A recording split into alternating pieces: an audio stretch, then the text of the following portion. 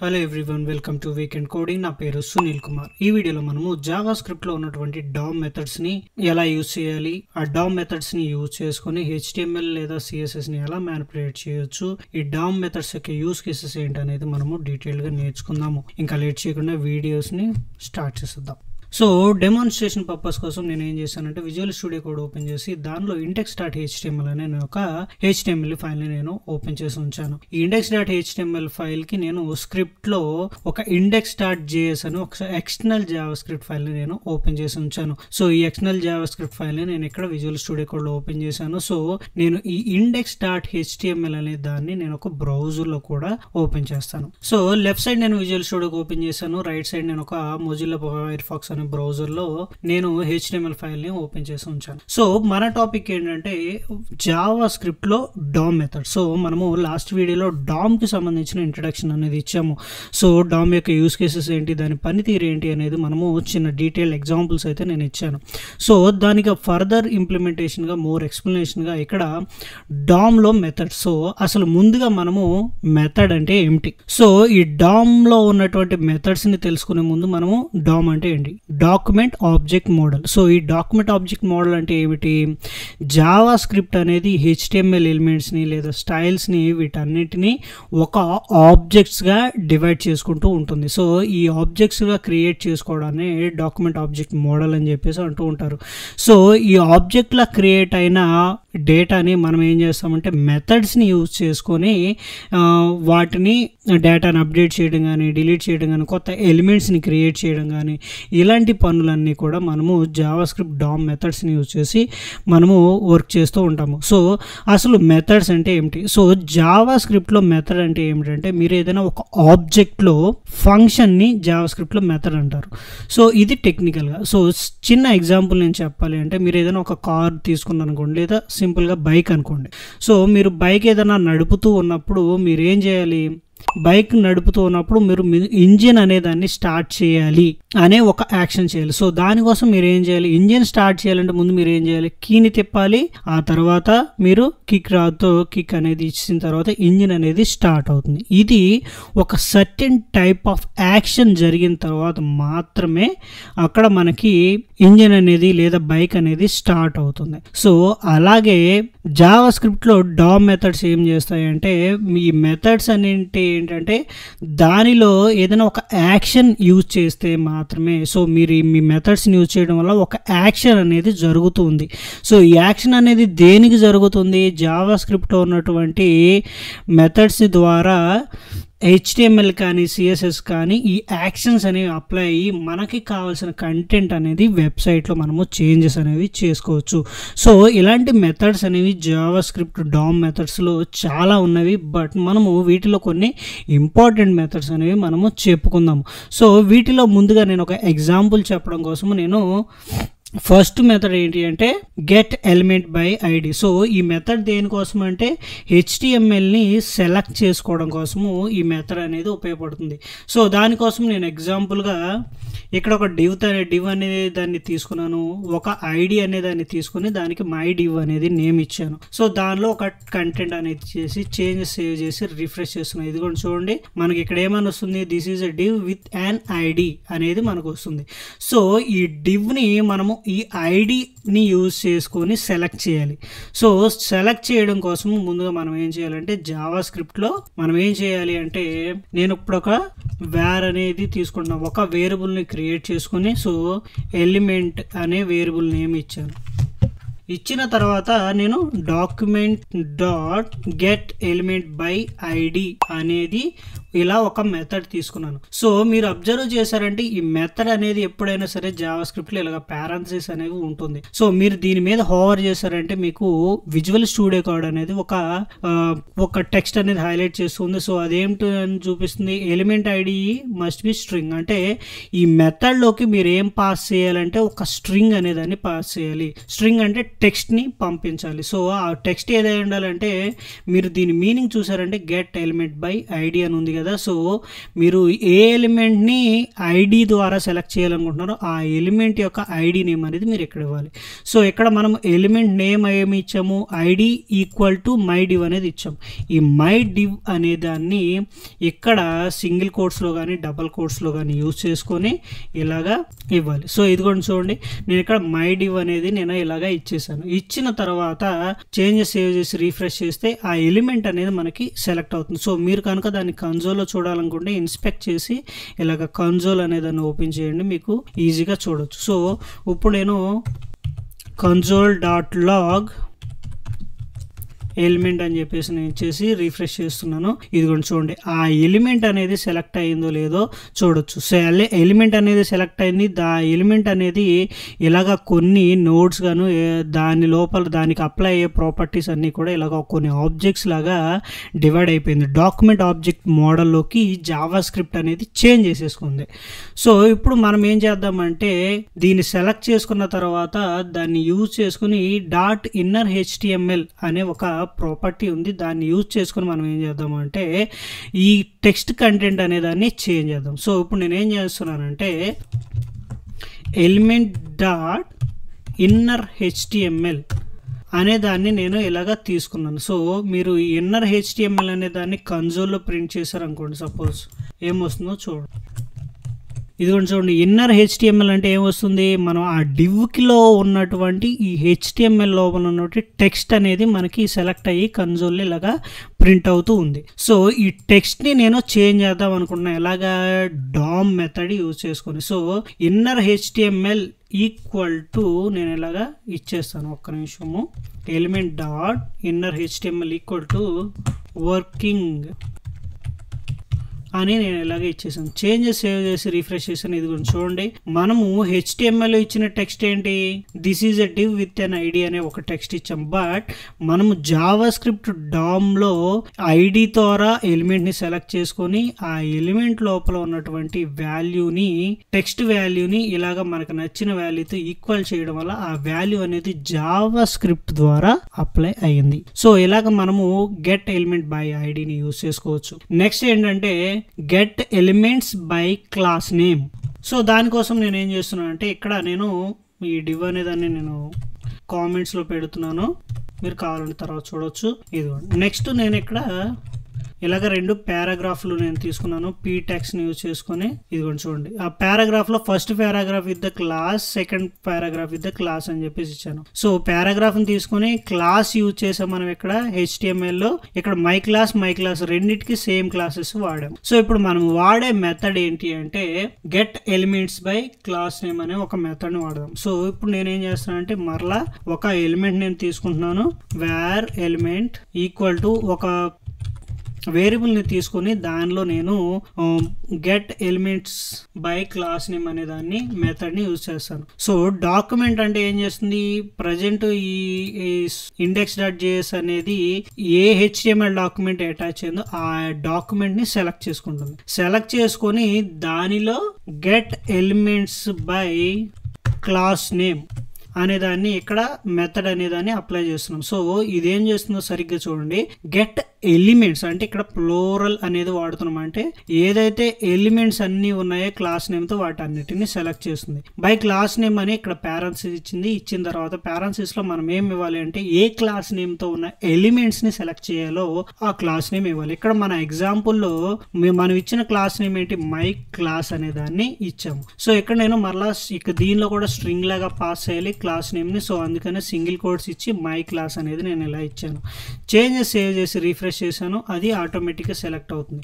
ఇప్పుడు నేను console.log element అని చెప్పేసి నేను ఇచ్చాను అనుకోండి, చేంజెస్ సేవ్ చేసి రిఫ్రెష్ చేస్తున్నాను. ఇలాగ నేను ఎలిమెంట్ అని ఇచ్చానంటే రిఫ్రెష్ చేసిన తర్వాత మీరు కావాలంటే చూడొచ్చు. ఇందాకటి దానికి ఇప్పటికి చాలా ఉన్న తేడా ఏంటంటే ఇక్కడ HTML కలెక్షన్ అనేది మనకి వచ్చింది. సో ఆ HTML కలెక్షన్లో ఏమి ఉన్నాయి, మీరు ఏదైతే ptags విత్ మై క్లాస్ అనే దానితో ఉన్నాయో ఆ రెండింటిని సెలెక్ట్ చేసింది. సో ఇప్పుడు మనం ఏం చేద్దాము అంటే ఈ రెండింటిని మనకు నచ్చిన టెక్స్ట్తో అప్డేట్ చేద్దాము. సో ఇప్పుడు నేను ఏం చేస్తున్నా అంటే element dot inner HTML equal to updated content using get elements by class name అని చెప్పేసి ఇలా ఇచ్చాను. రిఫ్రెష్ చేయగానే ఆటోమేటిక్గా ఇలా వస్తుంది.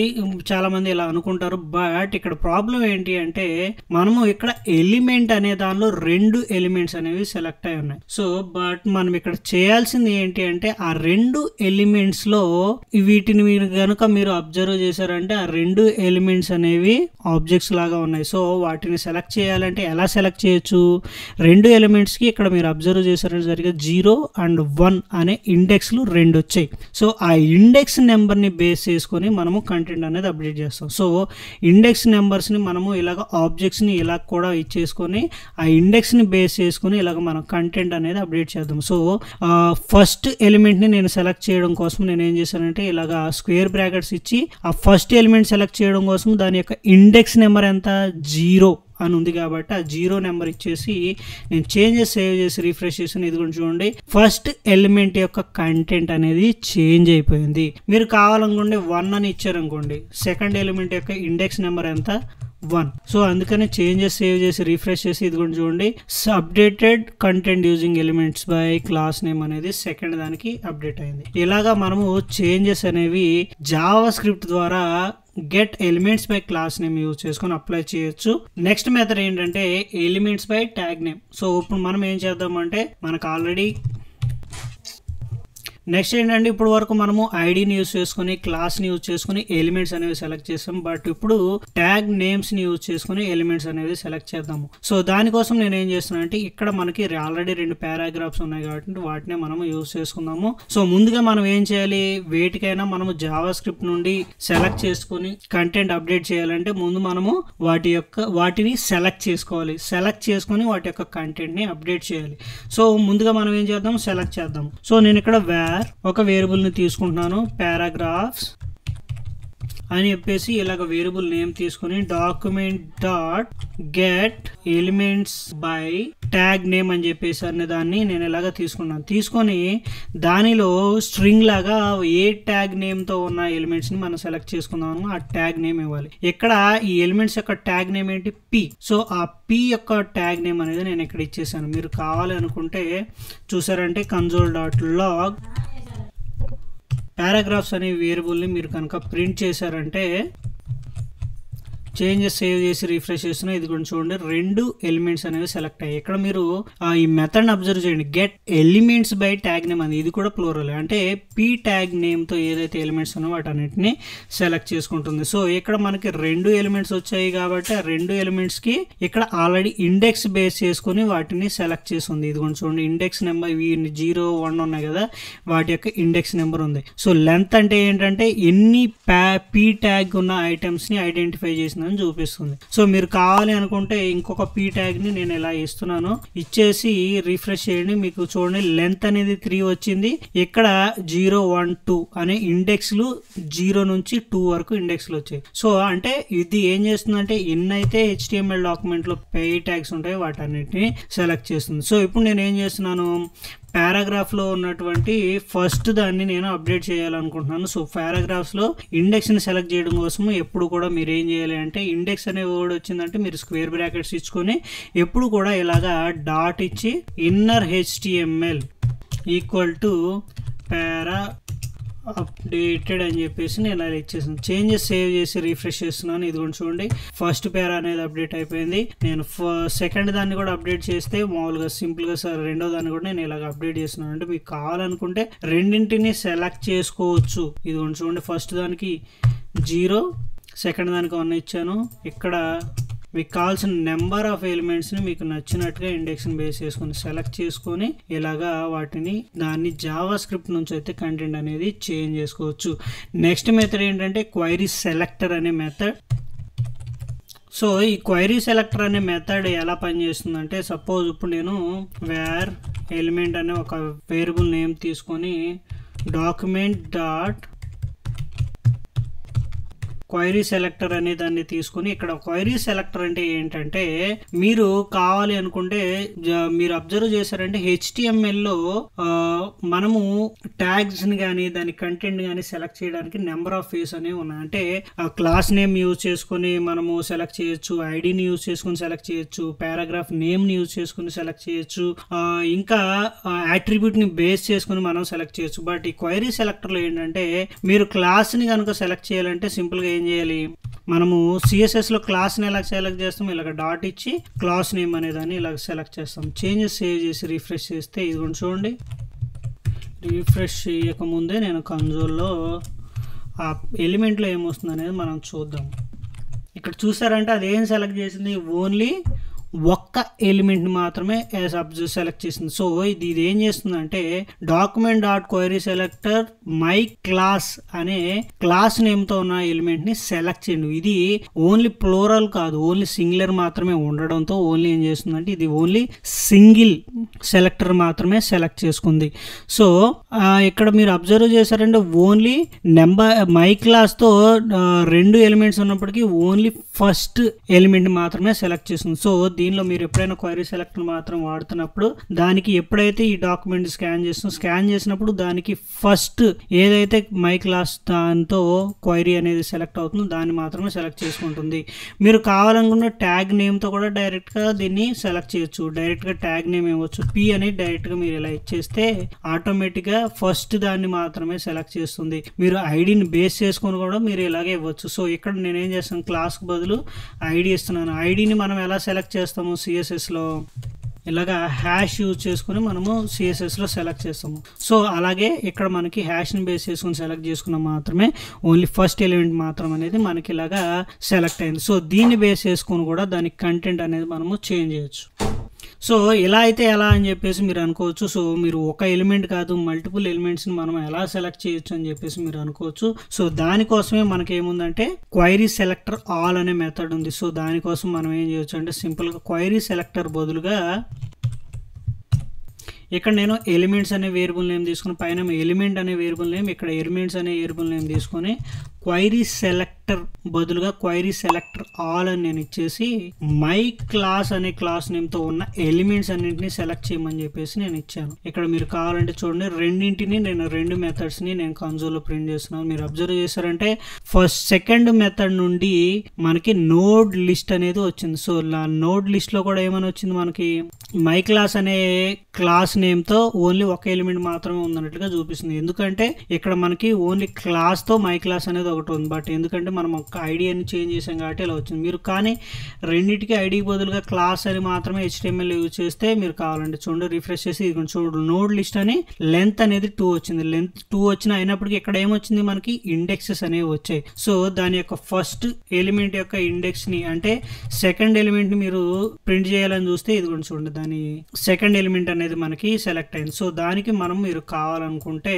దాని కంటెంట్ డాట్ ఇన్నర్ HTML ని యూజ్ చేసుకొని మీరు కంటెంట్ అనేది చేంజ్ చేసుకోవచ్చు. ఈ మెథడ్స్ అనేవి పాపులర్ మెథడ్స్. సో ఇవి ఈ మెథడ్స్ ఎందుకు అంటే ఓన్లీ HTMLని సెలెక్ట్ చేసుకోవడం కోసము DOM-లో ఉపయోగించే మెథడ్స్. సో ఈ మెథడ్స్ అనేవి ఇంపార్టెంట్ మెథడ్స్. సో ఇంకా మనకి చాలా మెథడ్స్ ఉన్నవి, ఇవి నేను కేటగిరీ వైజ్గా నేను వీడియోస్ అనేది రిలీజ్ చేస్తూ ఉంటాను. సో ఈ మెథడ్స్ మాత్రం ఎందుకంటే జావా స్క్రిప్ట్లో DOM మెథడ్స్లో HTMLని యాక్సెస్ చేయడం అంటే HTMLని సెలెక్ట్ చేసుకోవడం కోసం ఉపయోగించే మెథడ్స్. ఐ హోప్ ఈ వీడియో మీకు అర్థమైందని చెప్పేసి నేను అనుకుంటున్నాను. నెక్స్ట్ వీడియోలో మనం ఏం చేద్దామంటే యాట్రిబ్యూట్ మెథడ్స్ అనేది మనం నేర్చుకుందాం. సో యాట్రిబ్యూట్ మెథడ్స్ ఇంకా మనకి ఈవెంట్ హ్యాండ్లింగ్ మెథడ్స్ ఉన్నవి, కంటెంట్ మెథడ్స్ ఉన్నవి. సో ఈ మెథడ్స్ అనేవి మనము నెక్స్ట్ వీడియోలో మనము డీటెయిల్గా నేర్చుకుందాం. సో ఈ ఛానల్లో కంటెంట్ కనుక మీకు నచ్చినట్లయితే ఛానల్ని తప్పకుండా సబ్స్క్రైబ్ చేయండి, వీడియోని లైక్ చేయండి, షేర్ చేయండి. ఇంకొక ఇంట్రెస్టింగ్ టాపిక్తో నెక్స్ట్ వీడియోలో మరలా మనం కలుసుకుందాం. అంతవరకు స్టే ట్యూన్. Bye bye.